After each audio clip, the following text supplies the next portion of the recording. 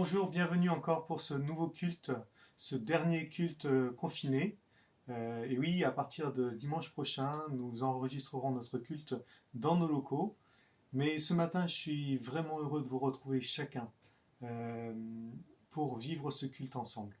Que le Seigneur nous conduise et nous bénisse tous ensemble dans ce culte. C'est Jérémie qui nous conduit dans les chants et je lui laisse toute la place.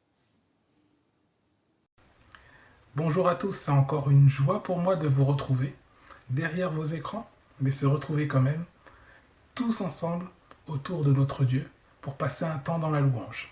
Je vais remettre ce moment entre les mains de Dieu.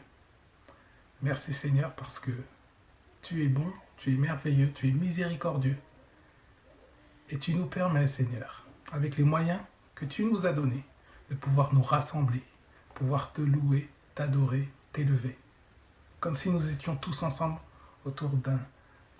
dans un même lieu. Merci parce que tu vas agir, Seigneur, au travers de ce moment, Seigneur. Tu vas parler au cœur, tu vas parler au travers de ton serviteur. Et nous sommes à l'écoute, Seigneur, de ce que tu veux pour chacun de nous. Nous voulons, Seigneur, apporter pendant ce moment de louange tout ce que tu nous permets de donner, Seigneur. Au travers de nos cœurs, au travers de ce que nous avons vécu pendant la semaine. Que les choses soient difficiles ou non, Seigneur, tu es là et tu agis. Gloire à toi, Père. Amen. Le premier chant que nous allons chanter ensemble s'appelle « Nous avons découvert la joie de vivre et de chanter ». Ce chant est un chant qui nous rappelle combien notre Dieu est grand et combien nous avons cette joie de l'avoir découvert. Parce que c'est un trésor inestimable. Soyez bénis au travers de ce chant. Amen.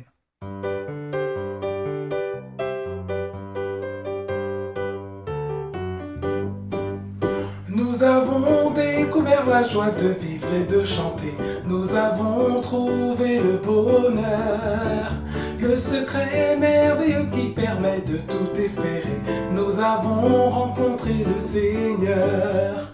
Tout au long du chemin, chaque jour, il nous tend la main, préparant tous nos lendemains. Nous avons découvert la joie de vivre et de chanter. Nous avons trouvé le bonheur, le secret merveilleux qui permet de tout espérer. Nous avons rencontré le Seigneur. Il y a bien nos défauts et nos rechutes et nos faux pas, mais tout cela n'empêche pas que nous avons découvert la joie de vivre et de chanter. Nous avons trouvé le bonheur, le secret merveilleux qui permet de tout espérer. Nous avons rencontré le Seigneur. Et puis si nous avons quelques soucis, quelques ennuis, ces tracas n'empêchent pas que nous avons découvert la joie de vivre et de chanter. Nous avons trouvé le bonheur, le secret merveilleux qui permet de tout espérer. Nous avons rencontré le Seigneur.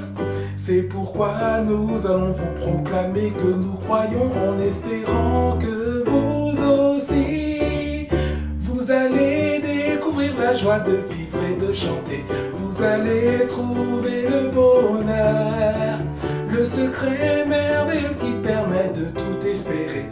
Vous allez rencontrer le Seigneur. Vous allez découvrir la joie de vivre et de chanter.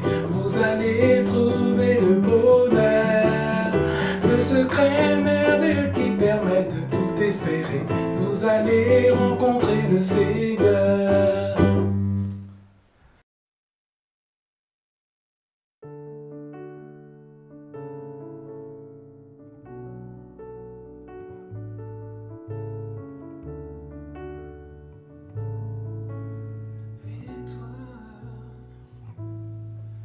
Victoire au Seigneur de la vie. Victoire au Dieu de l'infini. Victoire au nom de Jésus-Christ. Victoire pour le Saint-Esprit.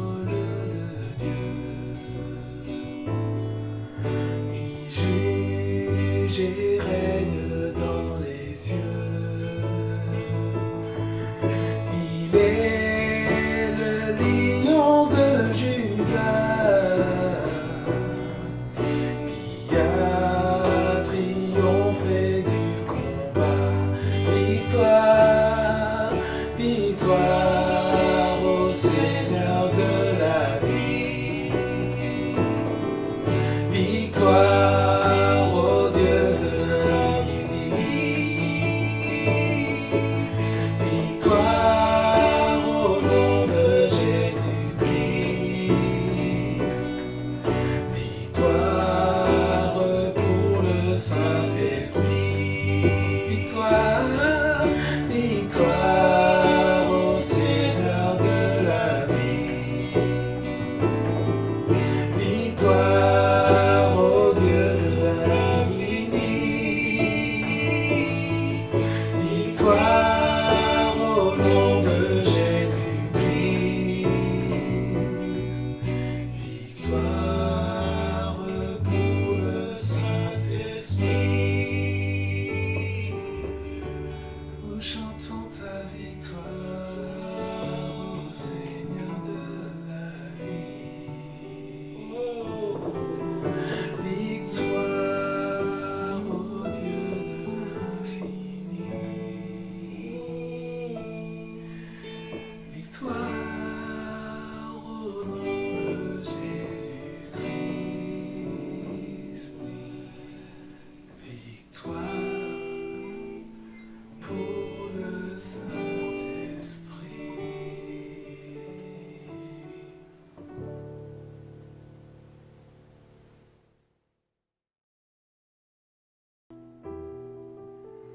Plonge-moi dans ta rivière d'amour, Seigneur.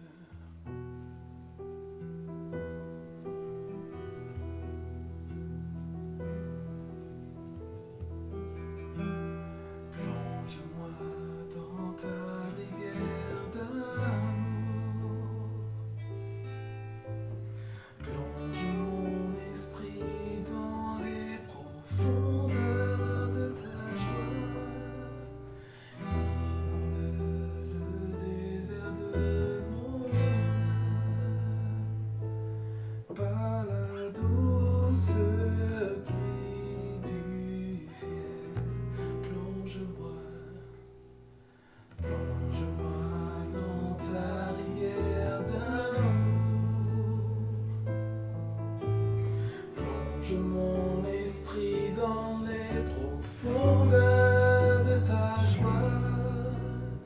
Inonde le désert de mon âme par la douce pluie du ciel.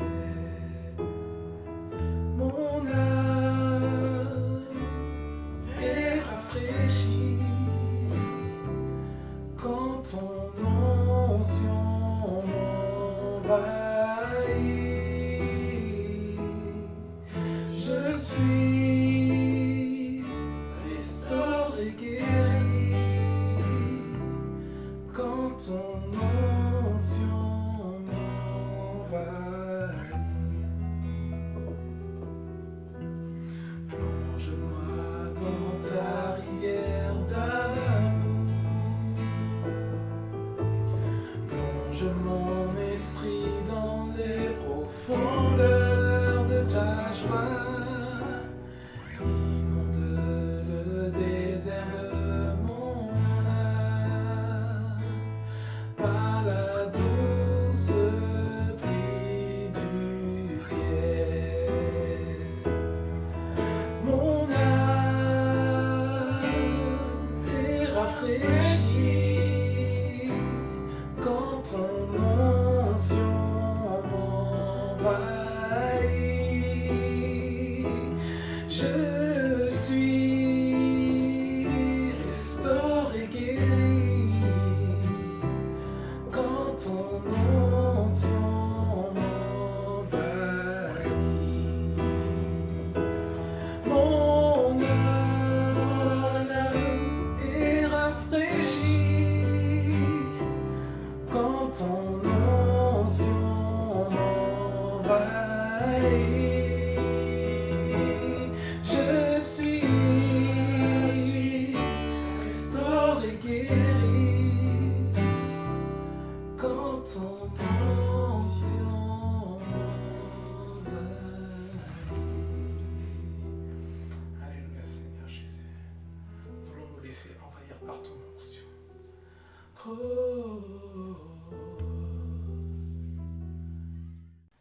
J'aimerais vous encourager par un passage qui est dans Proverbes chapitre 29 au verset 25. La frayeur devant les hommes tend un piège, mais celui qui se confie en l'Éternel se trouve hors d'atteinte. nous sommes hors d'atteinte lorsque nous nous confions en Dieu.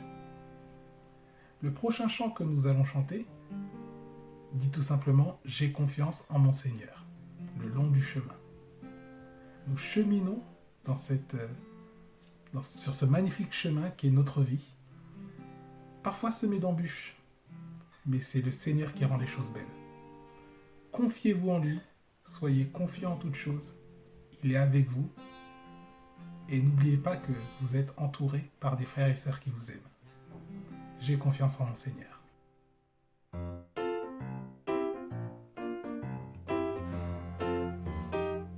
J'ai confiance en mon Seigneur, le long du chemin. J'ai confiance en mon Seigneur, et il tient ma main. À travers l'orage roulant, mon cœur reste en paix. J'ai confiance en mon Seigneur, et je suis gardé.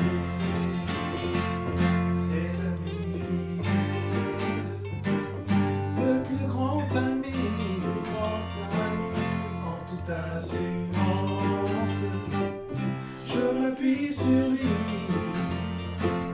À travers l'orage roulant, mon cœur reste en paix.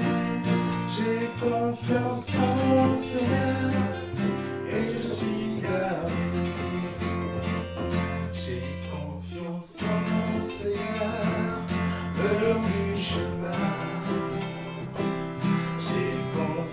En mon Seigneur, et il tient la main. À travers l'orage roulant, mon cœur reste en paix. J'ai confiance en mon Seigneur, et je suis gardé.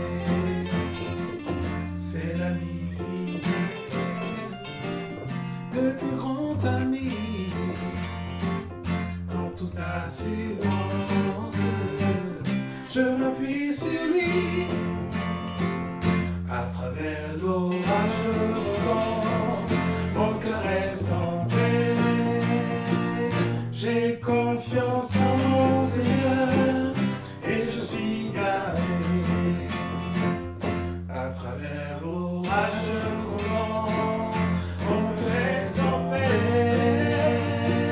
J'ai confiance en mon Seigneur, et je suis gardé.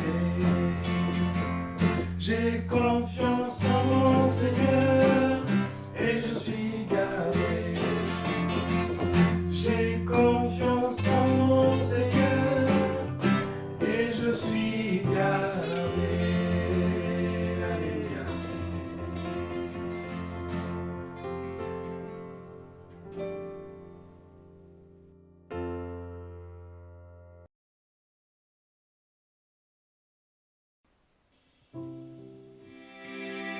Seigneur, quand on regarde ce que tu as créé, nous voyons ta gloire, Seigneur Jésus. Quand je sonde l'univers, les astres que tu as créés, les océans, les mers, tu me révèles ta majesté.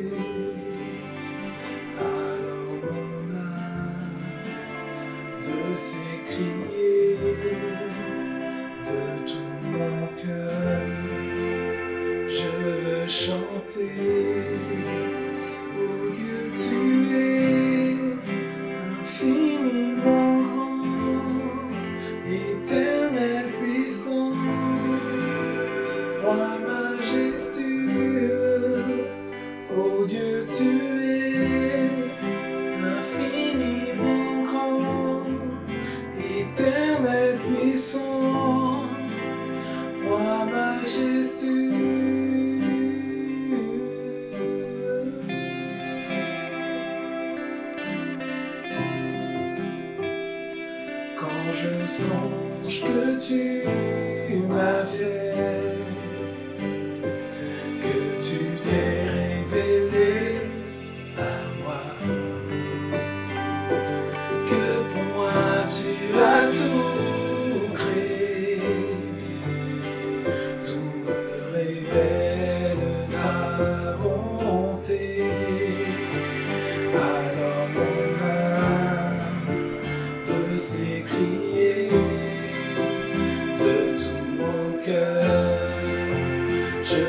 chanter, alors mon âme peut s'écrier de tout mon cœur. Je veux chanter, oh Dieu, tu es infiniment grand, éternel puissant, roi majestueux. Oh Dieu, tu es infiniment grand, éternel puissant, roi majestueux.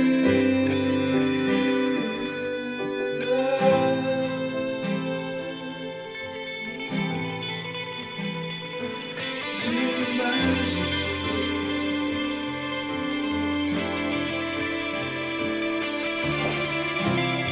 Chantons Alléluia.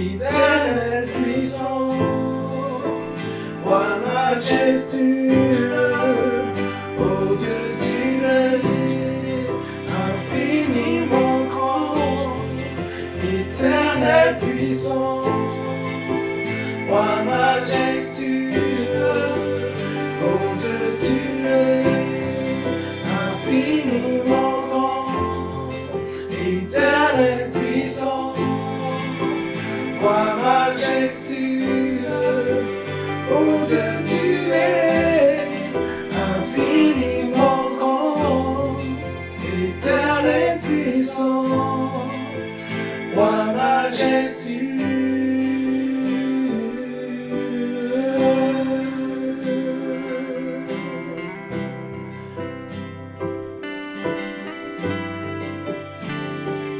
Roi majestueux, tu es Jésus, je loue ton nom, je loue ton nom.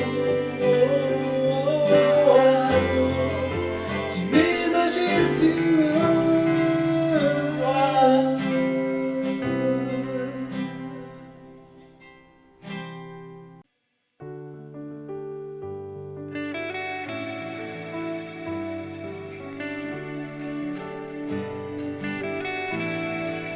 Je crois en toi. Je crois en toi, Jésus.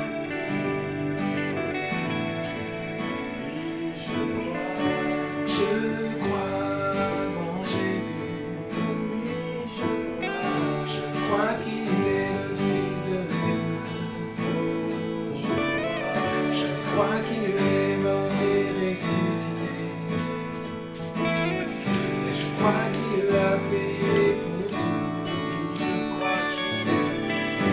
Et je crois qu'il est ici, présent au milieu de nous, tout puissant pour nous guérir. Et par ta grâce nous pardonner.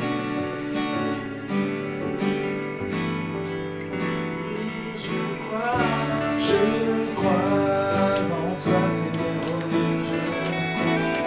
Je crois que tu es le Fils de Dieu. Après ta mort, tu t'as ressuscité. tu as payé pour tout. Je crois que tu es là. Et je crois que tu es là. Tu es toujours présent. Présent au milieu de nous. Tout-puissant pour nous guérir. Tout puissant pour nous guérir. Et par ta grâce nous pardonner. Je crois. Et je crois que tu es là. Présent au milieu de nous. Tout puissant pour nous guérir. Et par ta grâce nous pardonner. Et par ta grâce nous pardonner. Et par ta grâce nous pardonner.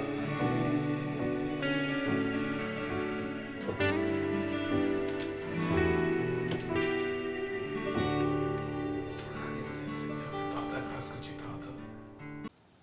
Alors, encore aujourd'hui, on a une vidéo familiale et je vous invite à la regarder avec moi. Et si vous aussi, vous souhaitez nous envoyer vos vidéos familiales, n'hésitez pas.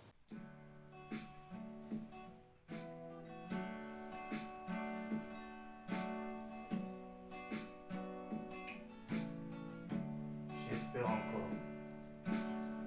J'espère encore en l'action de ta grâce.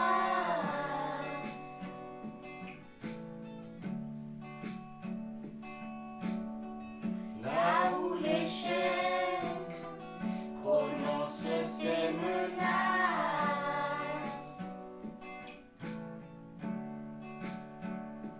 j'avance au nom de celui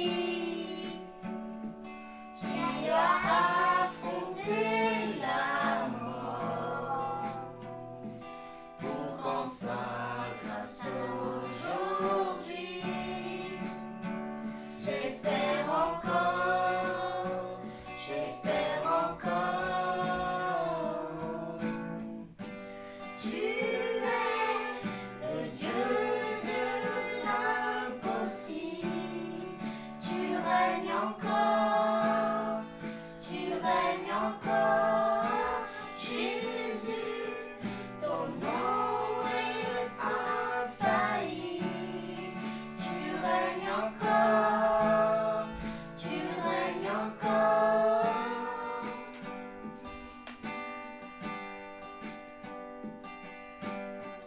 J'espère encore en l'action de sa grâce.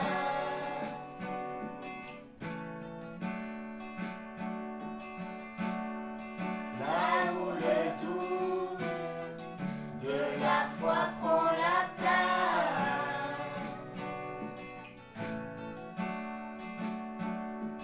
j'avance au nom de celui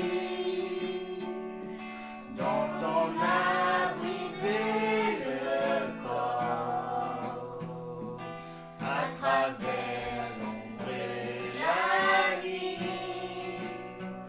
J'espère encore, j'espère encore. Tu es le Dieu de l'impossible, tu règnes encore, tu règnes encore. Jésus, ton nom est infaillible, tu règnes encore, tu règnes encore. Tu es le Dieu de l'impossible, tu règnes encore, tu règnes encore.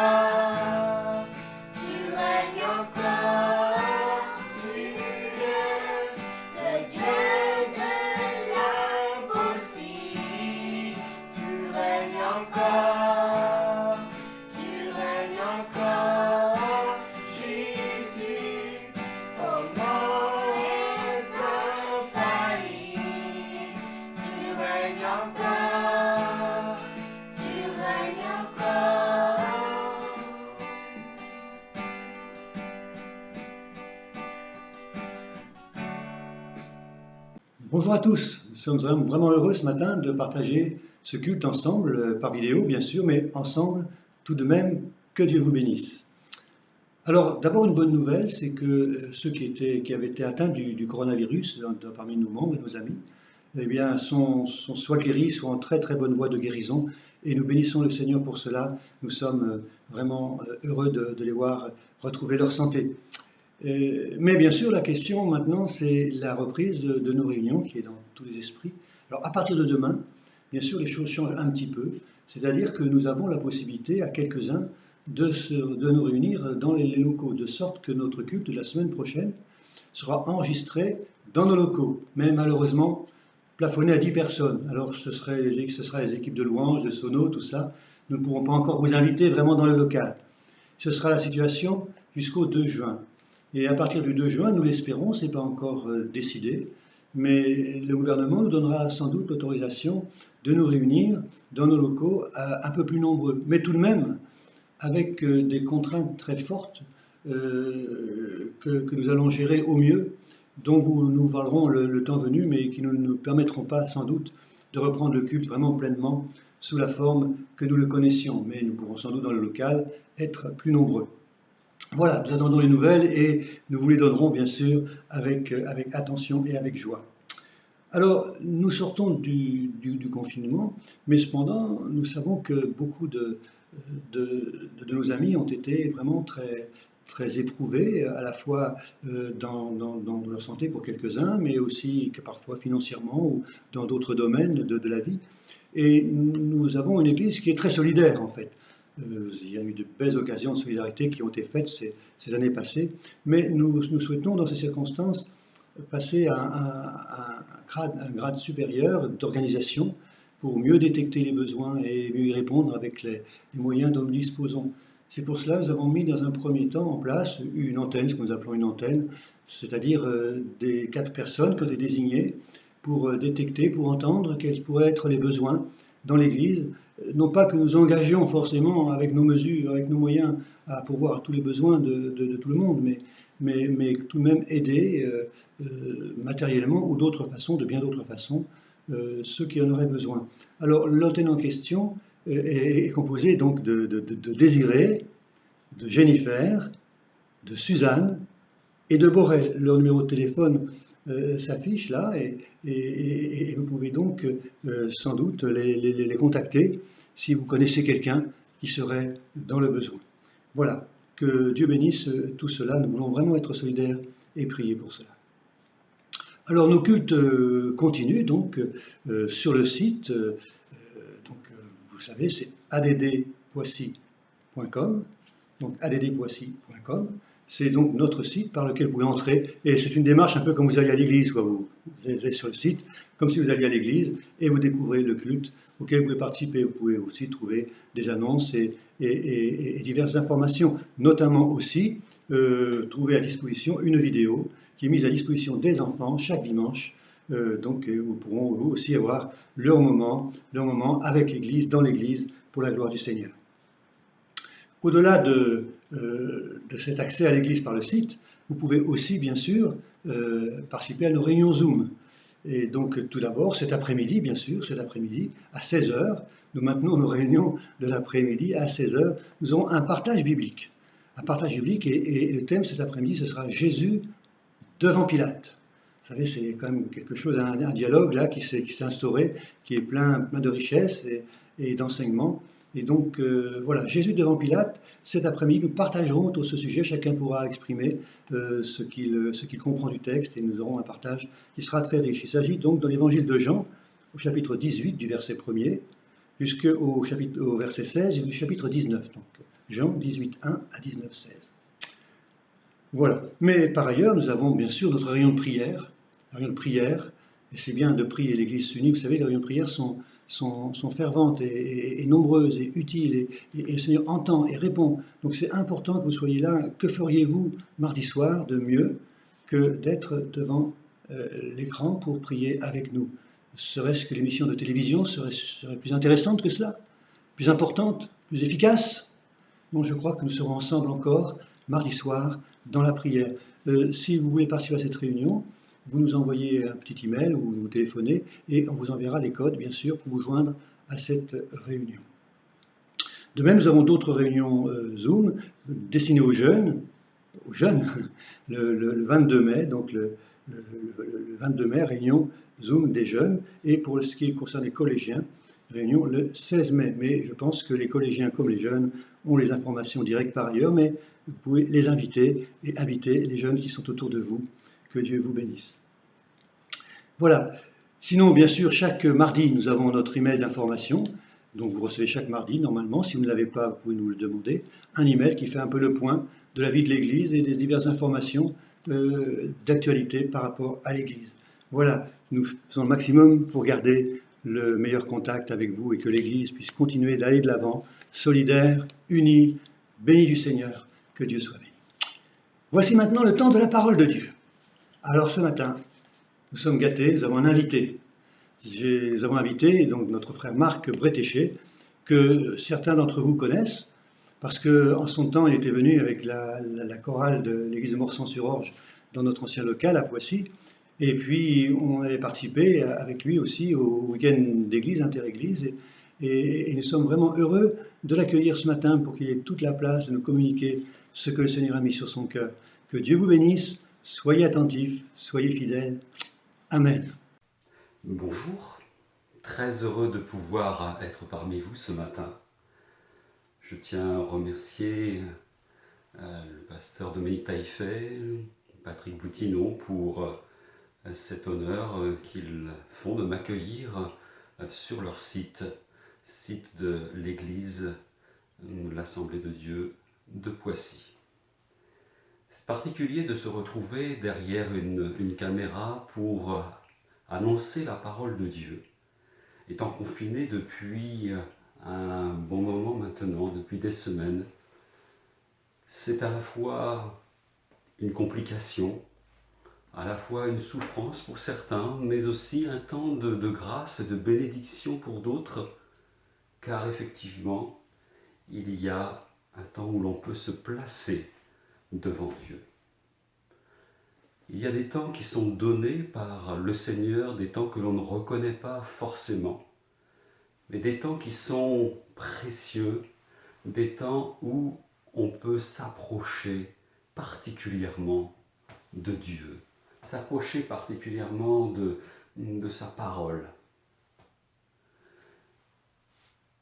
Dieu parle tantôt d'une manière, tantôt d'une autre. Et nous sommes là vraiment à nous revêtir de la grâce, de revêtir de la présence du Seigneur. Le Seigneur parle. Lorsque il est arrivé le temps de l'Ascension, ce jeudi, c'était le jeudi de l'Ascension. Il y a eu une parole que Jésus a donnée aux hommes, et parlait de 500 hommes qui étaient là, probablement qu'il y avait bien d'autres personnes. Cette parole était la suivante: restez dans la ville jusqu'à ce que vous soyez revêtus de la puissance d'en haut. Et là, il fallait attendre.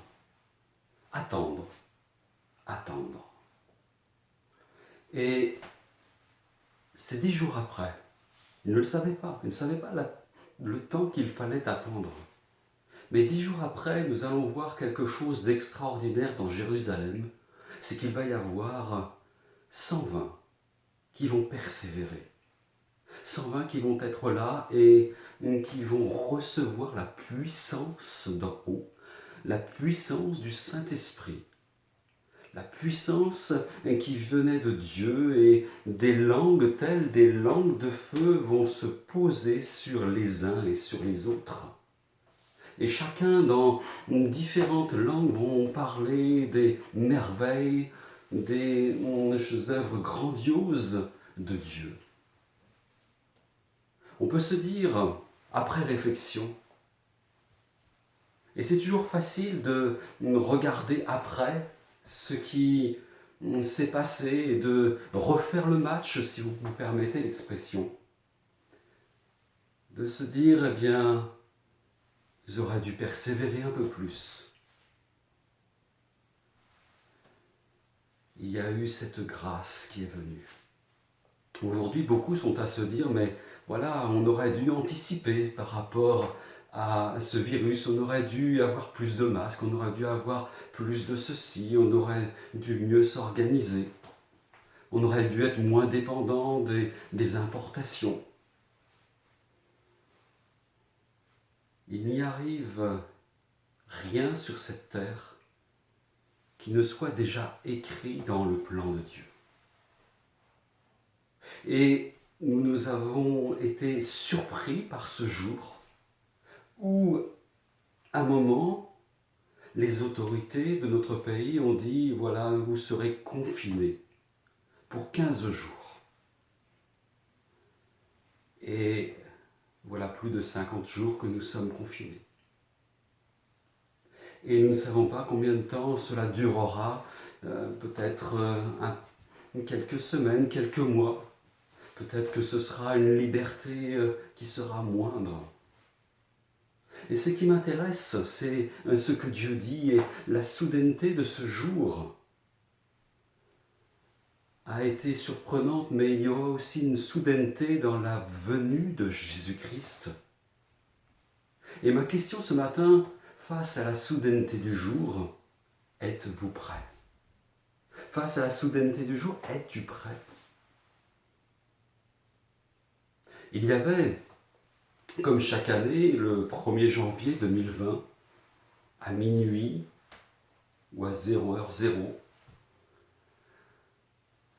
les bons vœux qui ont été souhaités par les uns et les autres. Et certainement que nous nous sommes souhaités le meilleur, comme cela se fait traditionnellement.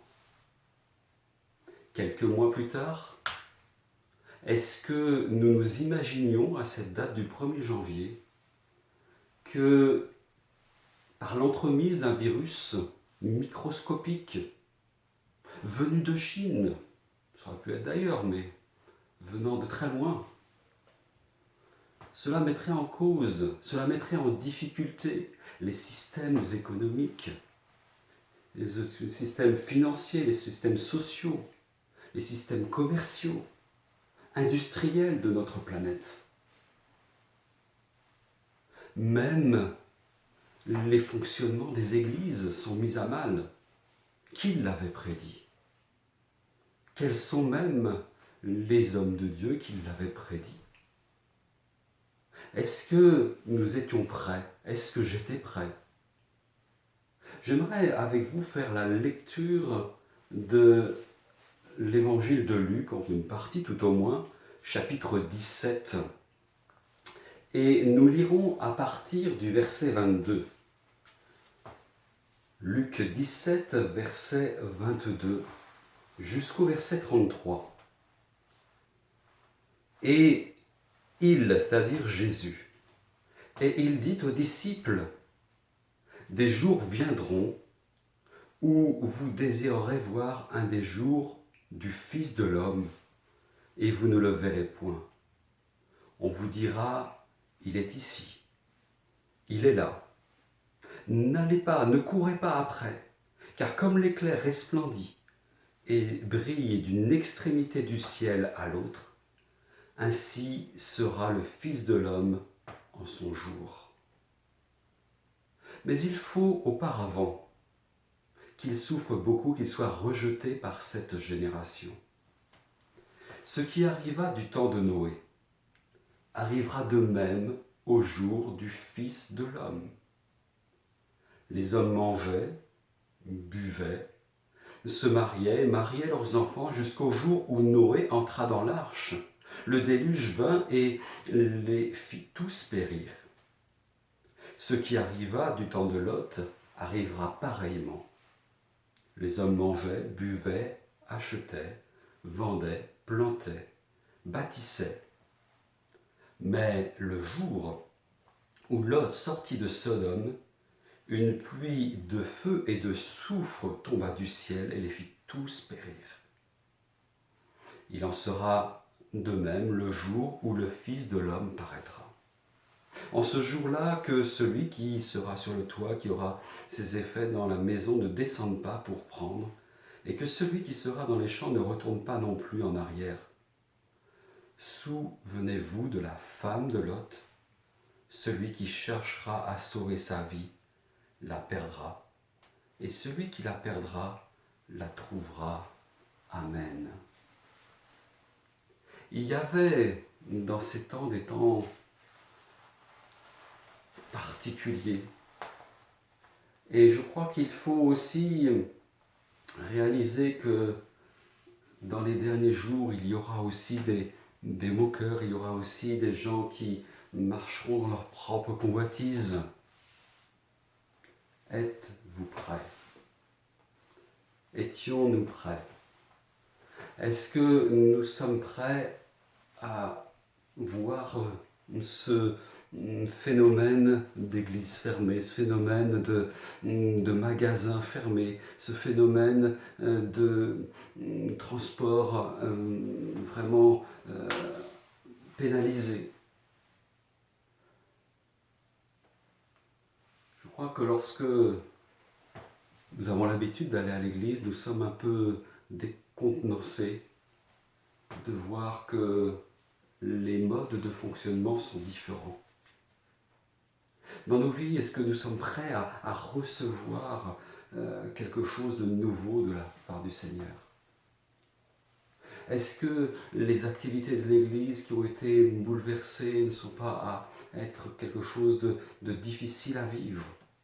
Comment est-ce que nous faisons pour partager la Sainte Seine? Comment est-ce que nous pouvons donner notre offrande au Seigneur? Comment est-ce que nous pouvons accueillir les personnes? Ce sont bien des difficultés, bien des problèmes qui sont là devant nous. Je crois que dans cette génération, il y a vraiment des phases décisives. Il y a vraiment des moments particuliers qu'il faut vraiment prendre en compte. Nous avons besoin de bâtir. Avec Noé et Lot, nous sommes là dans 2 générations. Et ces générations ont été décisives, et je crois que dans notre génération, il y a quelque chose de décisif, de manière personnelle. De manière personnelle. Il nous est dit, nous l'avons lu tout à l'heure, qu'à l'époque de Noé, les hommes mangeaient, buvaient, se mariaient leurs enfants. Et puis, vint le déluge. Et ce déluge va faire périr toutes les personnes en dehors de la famille de Lot. Et qu'est-il dit au verset 28, ce qui arriva du temps de Lot arrivera pareillement. Les hommes mangeaient, buvaient, achetaient, vendaient, plantaient, bâtissaient. Et je crois que Dieu nous donne de voir le temps. Et ce n'est pas facile de vivre enfermé, d'être obligé, d'être confiné chez soi. Bien sûr, certains vivent le confinement différemment. Certains vivent le confinement de différentes manières. Mais que Dieu nous bénisse, que Dieu nous accompagne, que Dieu nous donne de pouvoir avoir ces temps où nous nous trouvons devant Dieu, où nous nous plaçons devant Dieu. Il y a Noé qui va être un homme à l'écoute de Dieu. Et ce que j'aimerais vous partager ce matin, mais cette soudaineté qui est arrivée, ce jour qui est arrivé où ça a été compliqué, où il en a fallu tout arrêter à cause d'un petit virus. Est-ce qu'à cause de cela, eh bien, nous n'avons pas à, plutôt que de nous accabler, regarder au ciel, regarder au Seigneur? Qu'est-ce qui est essentiel pour votre vie aujourd'hui? Est-ce que le salut est prêt à entrer dans votre maison, est prêt à entrer dans votre vie? Avez-vous préparé le salut pour les vôtres? J'entendais ces jours derniers un pasteur qui donnait cette illustration, et je me permets de la reprendre car elle me semble très pertinente, elle me semble très intéressante. Il y avait dans une ville une personne qui avait sa maison, et cette maison a été victime d'un incendie et elle s'est mise à brûler. Et dans sa maison, il y avait son enfant qui était au premier étage. Et aussi dans la maison, parmi d'autres objets, il y avait aussi une commode qui était la commode de la grand-mère. Et lorsque nous sommes dans un temps d'urgence, eh bien qu'est-ce que l'on fait? Bien sûr, la personne est allée chercher son enfant. Elle est allée chercher son enfant qui était à être en danger de mort.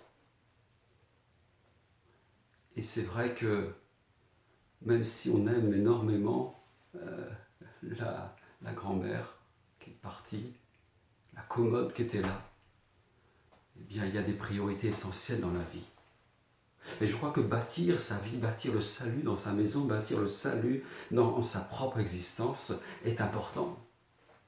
Parce que la parole de Dieu nous avertit. L'Esprit de Dieu nous avertit. Et être averti est important, mais il faut agir. Il faut pouvoir réaliser que Dieu est avec nous et il veut faire avec nous. Je crois que si nous entreprenons de mettre tout en place pour construire notre vie avec Dieu, même les événements soudains, et peut-être qu'il y en aura d'autres qui nous surprendront aussi. Je dis peut-être, mais je suis sûr qu'il y en aura d'autres. Parce que la Bible nous parle de différents événements eschatologiques, différents événements qui arriveront à une époque. Si nous faisons comme Noé, tout ce qui est en notre possession pour construire l'arche, en nous attachant au Seigneur, il sera fidèle, il sera juste pour nous bénir de la manière qu'il désire. Lorsque Noé entra dans l'arche avec sa famille, nous voyons que c'est Dieu qui a fermé la porte. Dans les moments difficiles de la vie, c'est Dieu qui fera le geste ou qui fera l'action nécessaire, importante, pour sceller les choses. Et nous n'avons pas à avoir peur, à craindre de cela.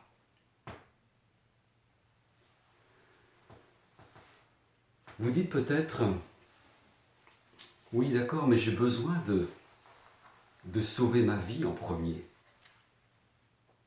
Lorsque je lis dans les Actes des Apôtres et parler d'un geôlier, et Dieu va lui dire à lui, mais je pense qu'il peut nous le dire aussi, Dieu peut te sauver, toi et ta famille.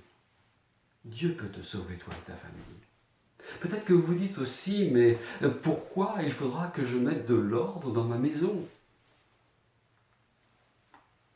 Le Seigneur dit, comme pour Lot, avance, ne regarde pas en arrière, ne regarde pas par terre, ne regarde pas à gauche, à droite, ne regarde qu'au ciel, ne regarde que devant. Ça fait longtemps peut-être que vous dites, mais j'essaie de parler du salut en Jésus-Christ à ceux qui m'entourent, à mes collègues, à mes voisins, à mes enfants, à mes parents, à mes proches. Ça fait si longtemps que je prie pour ma famille. Et rien. Je ne vois rien. Il n'y a toujours rien. Alors pourquoi maintenant? Le Seigneur dit, mais est-ce que ce n'est pas pour un temps comme celui-ci que les choses ont arrivé? Et ça me fait penser à ce passage d'Esther où Mardoché, l'oncle d'Esther, va lui dire, mais qui sait, ce n'est pas pour un temps comme celui-ci que tu arriveras à la royauté. Le Seigneur veut te bénir. Ce que Dieu te demande, c'est de te préparer au salut et au salut des autres. Que Dieu te bénisse en cette journée. En conclusion, eh bien, sommes-nous prêts? Sommes-nous prêts pour le jour du Fils de l'homme? J'aimerais vous laisser cette pensée ce matin du livre d'Ésaïe 41:10. Ne crains rien, dit le Seigneur, car je suis avec toi. Ne crains rien, car je suis avec toi. Ne promène pas des regards inquiets, car je suis ton Dieu. Je te fortifie, je viens à ton secours, je te soutiens de ma droite triomphante. Ah, le Seigneur veut nous fortifier. Le Seigneur veut que nous puissions nous attacher à lui.